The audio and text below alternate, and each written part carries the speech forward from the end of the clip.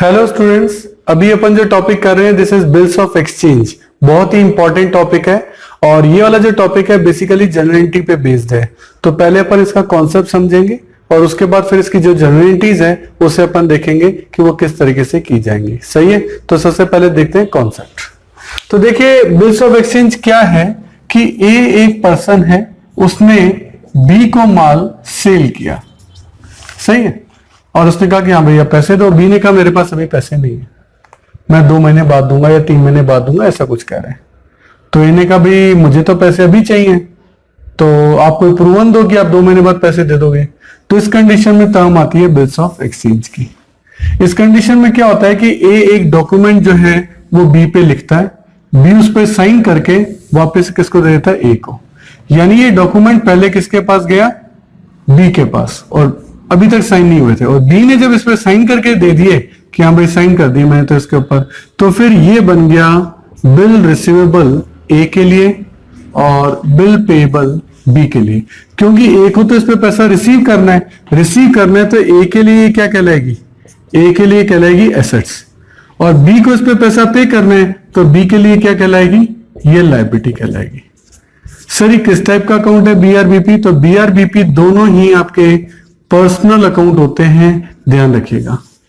दोनों ही अकाउंट कौन सा होते हैं, बीआरबी और बीपीबी, क्योंकि पर्सन के साइन है तो डेटर के साइन है, तो वो कौन सा अकाउंट बन गया, पर्सनल अकाउंट बन गया। तो बेसिकली जो चीज है वो ये होती है। फिर मान लो 2 महीने बाद मैच्योरिटी डेट आती है, तो 2 महीने बाद ए जो है जो उसका बिल आया था वो बिल उसको दे देता है और बदले में अपनी मनी जो है वो वापस ले लेता है। ये मनी ले ली और बिल दे दिया, ठीक है, ट्रांजैक्शन पूरा हो जाता है।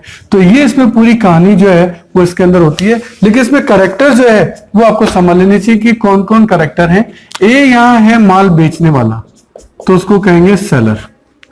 बी है यहां माल परचेज करने वाला, तो इसीलिए इसको कहेंगे परचेजर।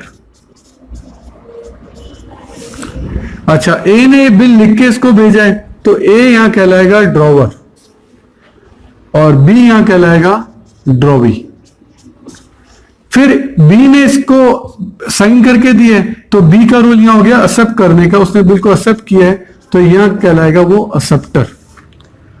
और देन बी की रिस्पॉन्सिबिलिटी है लायबिलिटी की वो पेमेंट करे, तो वो यहां कौन है, वो यहां पेयर भी है, पे करने वाला। और ए को ये पैसा रिसीव होगा तो उसका जो रोल है यहाँ किसका हो जाएगा, पेई का भी हो जाएगा। तो ये इतने सारे नाम जो है, seller, purchaser, drawer, drawee, acceptor, pair and पेई, इतने नाम जो है वो यहाँ टर्म जो है वो हो सकती है। ये इसकी वोकेबलरी है जो धीरे धीरे आपको याद करनी पड़ेगी, चैप्टर में काम आएगी। क्वेश्चन में यही वर्ड लिखे हुए आएंगे, तो आपको पता होना चाहिए कि इन वर्ड का जो यूज है वो किस तरीके से होगा। सही है, अब इन्हीं के अपन एंट्रीज वगैरह जो है वो डिफरेंट केसेस में जो है वो बनाएंगे और देखते हैं किस तरह से है। ठीक है, सबसे पहले तो आप एक नॉर्मल केस लेते हैं, सिंपल केस है, नॉर्मल कह लो या सिंपल केस ले लो कि आप क्या एंट्री करेंगे। देखते हैं, हमारे 2 कैरेक्टर है, एक तो है ए और एक है बी। हम यही वाले कैरेक्टर ले लेते हैं। ए हम हमेशा क्या मानेंगे, सेलर, और बी को हम हमेशा क्या मानेंगे, परचेजर। हम इन्हीं 2 कैरेक्टर्स को ले लेते हैं, उससे चैप्टर को समझने में हमारे लिए आसानी रहेगी। हम हमेशा 2 ही कैरेक्टर पे चलेंगे, बाकी वहां जो भी नाम आए, राम, मोहन, सीता, गीता, रीटा, जो भी है वो आप लिख लेना। मैं ए और बी के नाम से जो है पूरे चैप्टर को चलाऊंगा। तो सबसे पहले देखिए, ए ने बी को माल बेचा, सेल किया, तो ए की बुक्स में क्या एंट्री होगी, ए ने माल बेचा है किसको, बी को, तो एंट्री होगी बी डेबिट टू सेल। ये लो जी, बी को माल बेच दिया। सर अब ए इसको डॉक्यूमेंट भेजेगा, तो डॉक्यूमेंट भेजने की कोई एंट्री नहीं होती। हाँ, डॉक्यूमेंट साइन होके आ गया, वो उसके लिए क्या बन गया, बीआर, बिल रिसीवेबल। तो बीआर आया है तो मैं उसको डेबिट कर रहा हूं। वैसे मैंने आपको बोला कि ये पर्सनल अकाउंट है, पर इसकी एंट्रीज अगर आपको समझनी है तो इसको रियल अकाउंट समझ के कर लोगे ना तो ज्यादा इजीली समझ में आ जाएगा। तो मैं इसको मान रहा हूं कि बीआर आया है, डेबिट व्हाट कम्स इन।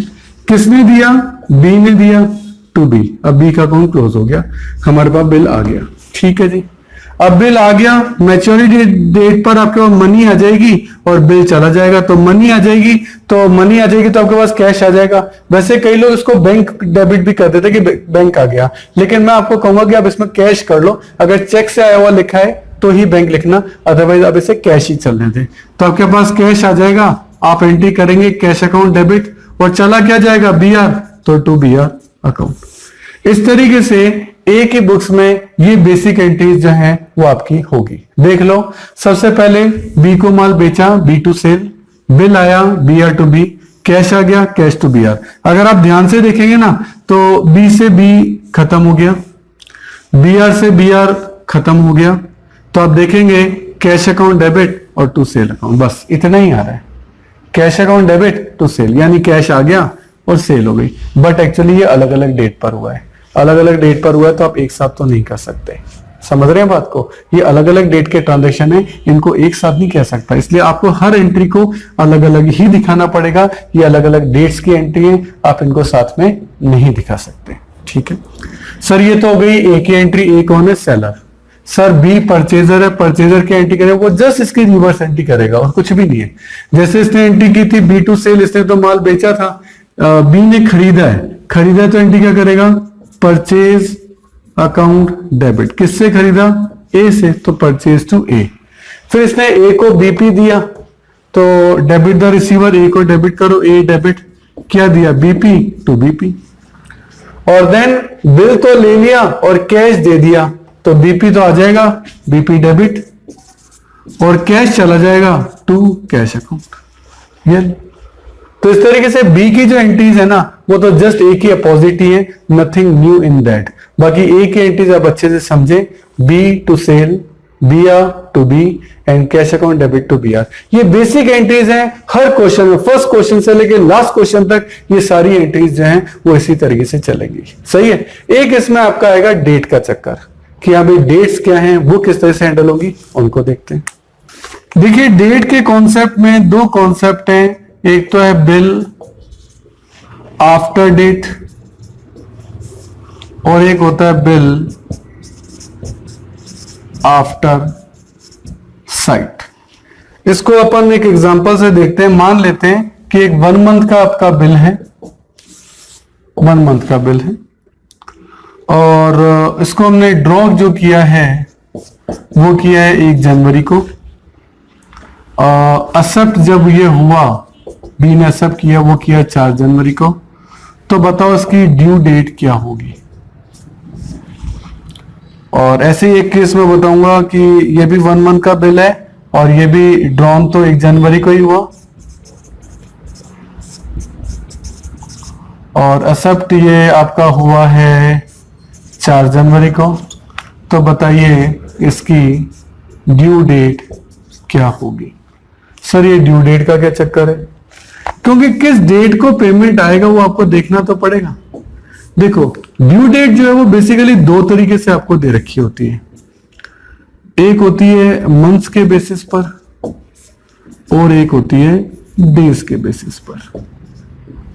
सही, इनको भी अपन जो है वो अलग से डिस्कस करेंगे। और एक होता है आपके ग्रेस डेज भी इसमें आएंगे, उनके लिए भी अपन को डिस्कशन करना है।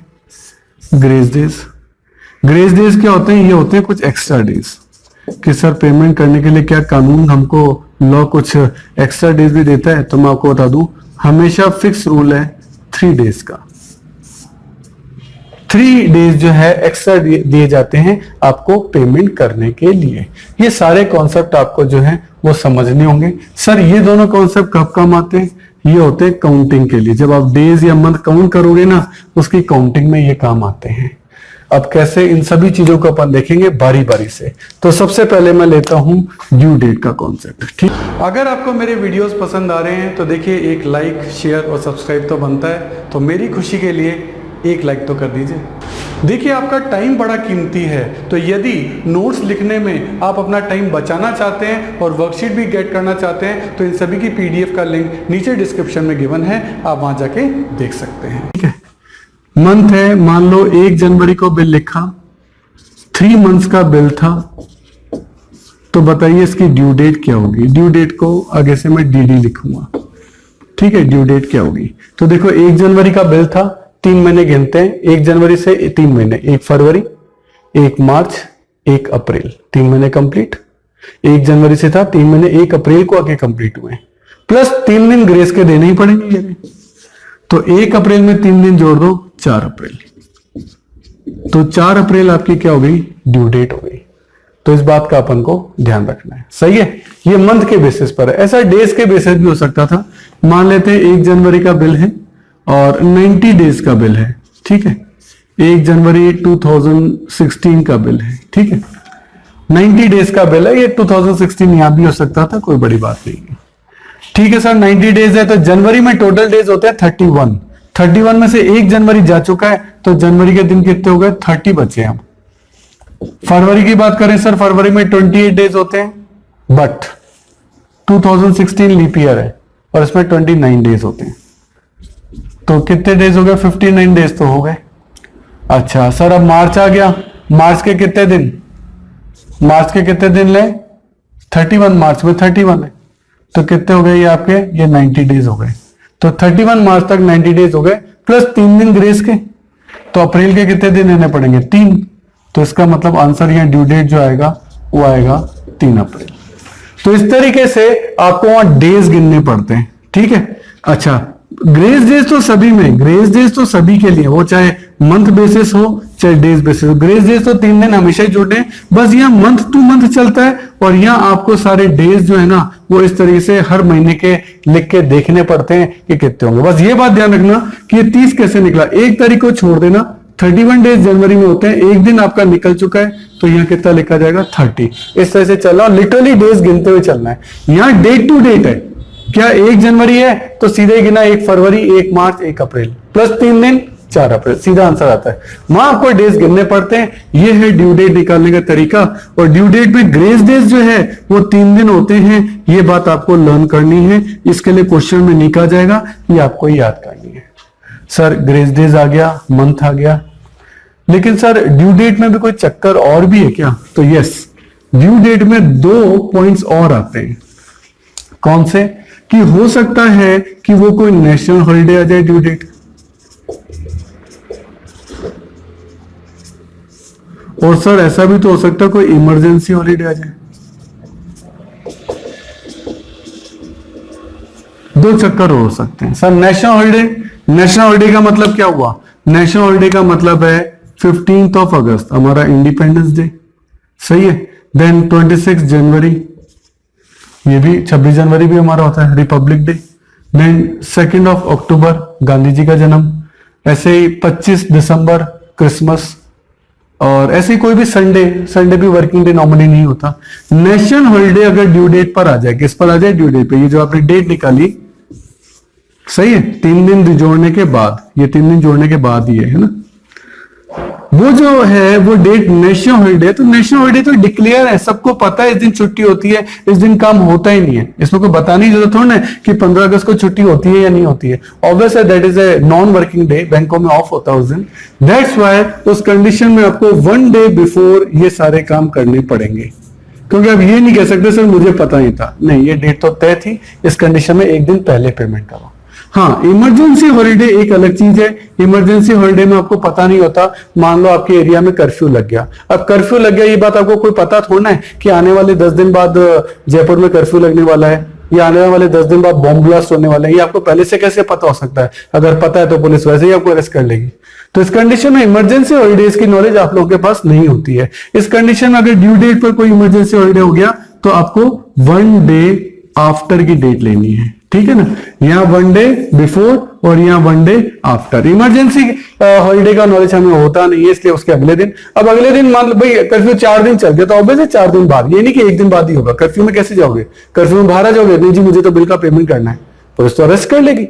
तो ऐसा नहीं है कि नेक्स्ट वर्किंग डे, हम ये मान लेते हैं। और वैसे भी बुक्स में आपको केवल क्वेश्चन यही पूछा जाएगा कि यहाँ पे नेशनल हॉलिडे है तो 1 दिन पहले, और इमरजेंसी हॉलिडे है तो 1 दिन बाद। तो ये भी आपको ड्यू डेट के रिस्पेक्ट में याद रखना है। तो देखो, ड्यू डेट के रिस्पेक्ट में month, days, grace days, national holiday और इमरजेंसी हॉलिडे, इतने कॉन्सेप्ट आपको ड्यू डेट के रिस्पेक्ट में ध्यान रखने होते हैं, सही है।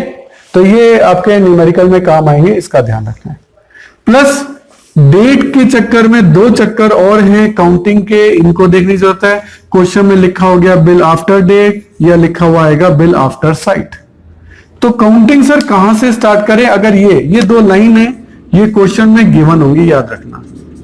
अगर ये लाइन लिखी हुई आ गई ना तो आपको और भी ध्यान रखना पड़ेगा। बिल आफ्टर डेट में काउंटिंग स्टार्ट जो होती है, ये जो काउंटिंग स्टार्ट है, ये कॉन्सेप्ट है। ये काउंटिंग स्टार्ट कहां से होगी? वो होगी डेट ऑफ ड्रॉन से। डेट और ड्रॉन याद कर लो, डेट से ड्रॉन। और एक महीने का बिल है आपका, ये 1 जनवरी को लिखा गया। 1 जनवरी से 1 महीना हो गया 1 फरवरी प्लस 3 दिन ग्रेस के, कितना हो गया? 4 फरवरी। तो यहां ड्यू डेट आएगी आपकी 4 फरवरी। सर अगर बिल आफ्टर साइट हो, साइट का मतलब जब उसने देखा, तो उसने तो एक्सेप्ट 4 जनवरी को किया था, तो साइट और एक्सेप्ट साउंड एक जैसा आ रहा है सह का, तो ऐसे याद कर लो, जब उसने देखा तब से महीने गिनने हैं। तो अब यहां तो 1 महीने की काउंटिंग हमने 1 जनवरी से स्टार्ट की थी, लेकिन यहां हम जो 1 महीने की काउंटिंग चालू करेंगे वो 4 जनवरी से स्टार्ट करेंगे, जिस दिन उसने एक्सेप्ट किया, जिस दिन उसने देखा। तो 4 जनवरी प्लस 1 महीना 4 फरवरी, 4 फरवरी प्लस 3 दिन, दैट इज 7 फरवरी। 7 फरवरी आ गया ये आपका। तो ये आपका थीम है। यहां काउंटिंग जो स्टार्ट हुई है बिल आफ्टर डेट में, वो 1 जनवरी से स्टार्ट हुई है, लेकिन बिल आफ्टर साइट में ये 4 जनवरी से जो है वो आपकी स्टार्ट हुई है। ये अपन को ध्यान रखना है। सही है। अब आगे अपन एंट्रीज का आगे देखेंगे। ओके, देखिए स्टूडेंट, जितने भी वीडियो हमने बनाए हैं उनके जितने भी क्वेश्चन मैं वीडियोस में करा रहा हूं, उनका लिंक आपको डिस्क्रिप्शन में दे रखा है। आप वहां से उस लिंक को डाउनलोड कर सकते हैं, उसका प्रिंट आउट निकाल सकते हैं। उसके बाद वो क्वेश्चन पेपर आप अपने सामने रखिए और देन आप वीडियो देखिए। उससे आपको फायदा ये होगा कि क्वेश्चन आपके सामने रहेगा। तो ये चीज़ जरूर से कर लेनी है। और मैं आपको एक बार स्पेशल बताना चाहता हूँ कि ये जो वीडियो है ये तो ट्रेलर है। अगर आपको हमारे सारे वीडियो देखने हैं तो आपको हमारी मोबाइल ऐप सब्सक्राइब करना चाहिए। उसका नाम है अनुराग क्लासेस, और इसमें आपको हमारे सारे वीडियो देखने को मिलेंगे। क्यों, देखो यूट्यूब तो ट्रेलर है, सारे वीडियो नहीं होते। अगर आपको सारे वीडियो देखने हैं तो आपको हमारी मोबाइल ऐप सब्सक्राइब करनी पड़ेगी। उसमें आपको सारे वीडियोज़ मिलेंगे, उसमें आपको नोट्स मिलेंगे, प्रिंटेड नोट्स भी होंगे, हैंड रिटन नोट्स भी होंगे, मतलब आप हर तरीके के नोट्स वहाँ ले सकते हो। उसमें भी उसकी जो मेंबरशिप है वो प्रीमियम भी है और स्टैंडर्ड भी है, जो भी आप लेना चाहें। और आपको वहाँ अदर बुक्स के इंपॉर्टेंट पिक्स, अच्छे डायग्राम, अच्छे क्वेश्चन, अच्छे पैराग्राफ, वो भी आपको जो है इस ऐप के अंदर मिलेंगे। और इसके अलावा बहुत ही important point, MCQ test. MCQ test का पैनल है जिसमें आप जितने भी टेस्ट वहाँ देंगे उसमें ऑप्शंस होंगे ABCD, उसमें ट्रू एंड फॉल्स के क्वेश्चन होंगे, उसमें फिल इन द ब्लैंक्स के क्वेश्चन होंगे। आपने 40 क्वेश्चन का टेस्ट दिया, जैसे ही सबमिट किया विदिन 5 सेकेंड्स आपका रिजल्ट आपके सामने है। तो ये मोबाइल ऐप मैं जरूर चाहूँगा आप जरूर से सब्सक्राइब करिए। मेरा नंबर है 9829224488। आप ऑफिस आवर्स में कभी भी मुझे कॉल कर सकते हैं। Thank you. देखिए स्टूडेंट, हमारे चैनल से जुड़ने का फायदा आपको नेक्स्ट 7 इयर्स तक मिलेगा, क्योंकि हमारी रेंज बहुत बड़ी है। नॉर्मली आप चैनल्स पे देखेंगे वो 1 या 2 या 3 सब्जेक्ट पढ़ा रहे हैं, लेकिन मैं आपको बहुत बड़ी रेंज दूंगा। यदि आपकी और मेरी ट्यूनिंग जमती है तो ये बहुत लॉन्ग लास्टिंग रहेगी, और वो ट्यूनअप में आपको बार बार नई ट्यूनअप नहीं करनी पड़ेगी, क्योंकि आपकी ट्यून मुझसे जम चुकी है। क्यों? क्योंकि मैं आपको बता रहा हूँ कि मैं 11th में आपकी अकाउंट्स, स्टेट्स और माइक्रो इकोनॉमिक्स लूंगा। 12th में मैं आपकी अकाउंट्स, मैक्रो और इंडियन इको लूंगा।